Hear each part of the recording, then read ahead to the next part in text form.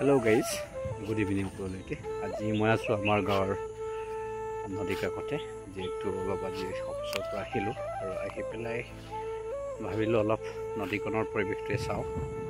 যেটো এতিয়াও মই আছে এই কাৰণে অলপ ইয়াতে ছুটিক এটা ব্লগ এটা বনাও আৰু এই গোটেই নদীৰ আমাৰ যেটো কেৰকটীয়া নদীৰ যেটো পৰিৱেশটো আপোনালোকে দেখুৱা আপোনালোকে চাই থাকিব আৰু আপোনালোকে একেলগে চাবৰ কাৰণে মই অনুৰোধ জনালো হৈছে আমাৰ কেৰকটা নদীৰ পৰিৱেশ যেটো এইটো লুইত নদী বুলি কয় আৰু ইয়াতে এটা উপনাম আছে কেৰকটা নদী কেৰকটা নদী যেটো এইটো কৰালিকাৰত পানী একদম নাইকিয়া হয় তলিলৈকে আৰু এইকেইদিন নেৰানেপা বৰষুণৰ ফলত পানী উপন্দি উঠিছে আৰু পানী বাঢ়ি আহিছে লাহে লাহে নদীটো পুল হ'ব ধৰি আছে আপোনালোকে চাইছে এই গোটেই নদীৰ পৰিৱেশটো চাইছো আগতে একদম তলিত আছিল পানী এতিয়া যেটো এটা হিৰিনাৰ পৰা নেৰানেপাৰ পৰা বৰষুণ হৈ আছে তাৰ ফলতে পানী বাঢ়িছে মই চাইছে আৰু আগতে মই চৰকাৰ তথা প্ৰশাসনক মই ইয়াতে মোৰ পেজ যোগে অৱগত কৰিছিলোঁ যেটো কহনীয়া ইয়াতে অব্যাহত আপোনালোকে চাইছে আৰু সেইফালে আমাৰ RCC পাৰ্ক উপায়ন মিচিং অট'নমাছ কাউন্সিলৰ তৰফৰ পৰা দিয়া হৈছিলে যদিও এটা বহু বছৰ এটা 10 বছৰ কাল হ'ল কিন্তু এটো RCC পাৰ্ক উপায়নটো প্ৰতিৰোধ কৰিব পৰা নাই আৰু ঘৰলৈকে চালে কহনীয়াটো অব্যাহত ক্ৰমাৎ সি আপোনালোকে নদীৰ যেটো মাজৰ তুমনিখন চাইছে এই নদীৰ তুমনিখনেই আছিলে আমাৰ পুৰণা যেটো আমাৰ গৰাটো তাৰ পৰা কহাই প্ৰায় এতিয়া 200 মিটাৰ ভিতৰতে কহাই পেলাই আহিছে আৰু ওচৰতে আপোনালোকক চাইছে এইটো যেটো বাৰী দেখিছে এইটোৱে আমাৰ গাঁওখন ওচৰতে লাগি গ'ল চাওক এয়া গৰা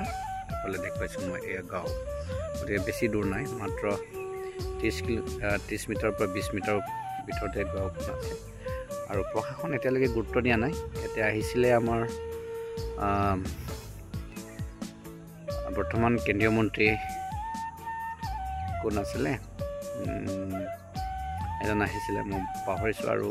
স্থানীয় বিধায়ক ভুৱনকাম ডাঙৰীয়া ইয়াত উপস্থিত হৈছিলে আৰু সিহঁতে কথা দিছিলে যে এইটো আমি কৰালিকাৰতে প্ৰতিৰোধ কৰাৰ ব্যৱস্থা কৰিম কিন্তু এতিয়ালৈকে কোনো ইয়াত পদক্ষেপ গ্ৰহণ কৰা নাই কাৰণ ধামকুমীয়া এতিয়া পঞ্চায়ত নিৰ্বাচন চলি আছে কেৱল ভোটৰ কাৰণে ব্যস্ত কিন্তু সমাজখনক যে এই গাঁওখনক যে এটা কহনীয়াই যে গ্ৰাস কৰিছে ইয়াত শ বিঘা যে পানীত পিঠি মাটি যা গৈছে ইয়াৰ ওপৰত কোনো গুৰুত্বতা নাই গতিকে এয়াই হৈছে আমাৰ অসমৰ ৰাজনৈতিক চাৰিওফালে মাজুলীক এটা কহনীয়া গ্ৰাস দক্ষিণ দিশে ব্ৰহ্মপুত্ৰ আৰু উত্তৰ দিশে যেটো সোৱণশিৰি আৰু কেৰকটা উপনৈ এইসমূহ নদীয়ে গোটেই মাজুলীখনক কহাই পেলাই মাজুলীৰ যেটো ভৌগোলিক সীমা এটা নাইকিয়া হৈ যাব ধৰিছে কিন্তু গুৰুত্বটো এতিয়ালৈকে নাই যেটো এই নদীখন একদম নিৰৱতাৰে বৈ যোৱা এটা নদী হয় ইয়াতে যদি বৈজ্ঞানিক পদ্ধতিগতভাৱে যদি জিঅ'বেগৰ সিস্টেম কৰা যায় একদম স্থায়ীভাৱে ইয়াত সুৰক্ষা দিব পৰা ব্যৱস্থা আছে কিন্তু কাণসাৰ নাই কেৱল ৰাইজৰ ধৰ্ণা বা ইয়াৰ অভিযোগৰ লৈ অপেক্ষা কৰি থাকে চৰকাৰে যদি ৰাইজে ইয়াত ধৰ্ণাৰ সিস্টেমেৰে যদি অভিযোগ নকৰে তেতিয়ালৈকে চৰকাৰ প্ৰশাসন গুৰুত্ব নিদিয়ে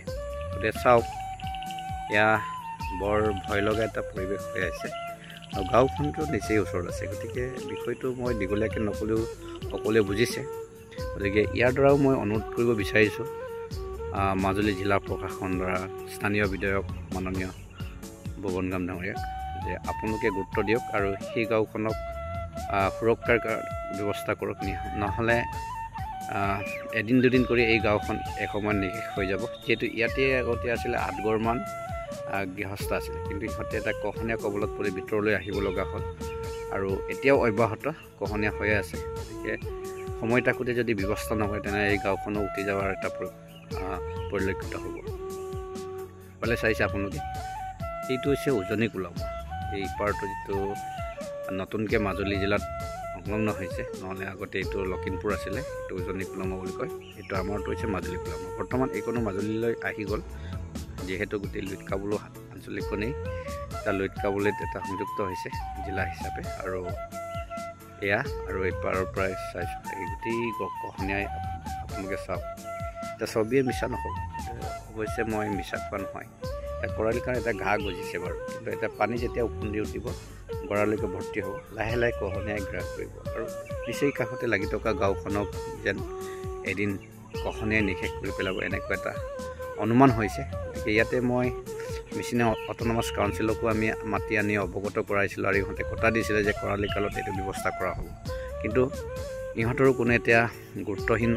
হৈ পৰিলে। বিষয়টো পাহৰি যোৱাৰ নিচিনা এটা উপক্ৰম হৈছে। কথা দি কথা নাৰাখে চৰকাৰবিলাকে, সেইকাৰণে জনসাধাৰণে বিতুষ্ট হয় কেতিয়াবা। গতিকে আমি অনুৰোধ জনাম, আপোনালোকে শীঘ্ৰেই আহি পেলাই ব্যৱস্থা কৰক, খহনীয়াৰ পৰা এই গাঁওখনক বচাই ৰাখক আৰু প্ৰতিৰোধ কৰক। অকল এই গাঁওখন বুলি কোৱা নহয়, এই মাজুলীক প্ৰতিৰোধ কৰিব লাগে, মাজুলীৰ যিটো ভৌগোলিক পৰিসীমাক আমি বচাই ৰাখিব লাগে। গতিকে মোৰ অনুৰোধ থাকিলে জিলা প্ৰশাসন আৰু গোটেই মাজুলী প্ৰশাসন ইয়াতে আপোনালোকে শীঘ্ৰেই ব্যৱস্থা কৰিবৰ কাৰণে অনুৰোধ জনালোঁ। আৰু মোৰ গোটেই ভিউৱাৰ্ছ বা ফলোৱাৰ্ছসকলক মই অনুৰোধ জনাইছোঁ, মোৰ বন্ধুসকলক যিমান পাৰে এই ভিডিঅ'টো শ্বেয়াৰ কৰক, যিহেতু এয়া এটা মাজুলীৰ এটা সামগ্ৰী যিটো সমস্যা, যিটো আমাৰ মাজুলীৰ এটা সামূহিক এটা সমস্যা হয়, কেৱল এই গাঁওখনৰ সমস্যা নহয়, এই গাঁওখন যোৱা মানে মাজুলীৰ এটা অংশ। গতিকে সকলোৱে শ্বেয়াৰ কৰক যাতে যেন চৰকাৰৰ দৃষ্টিগোচৰ হয়। ধন্যবাদ।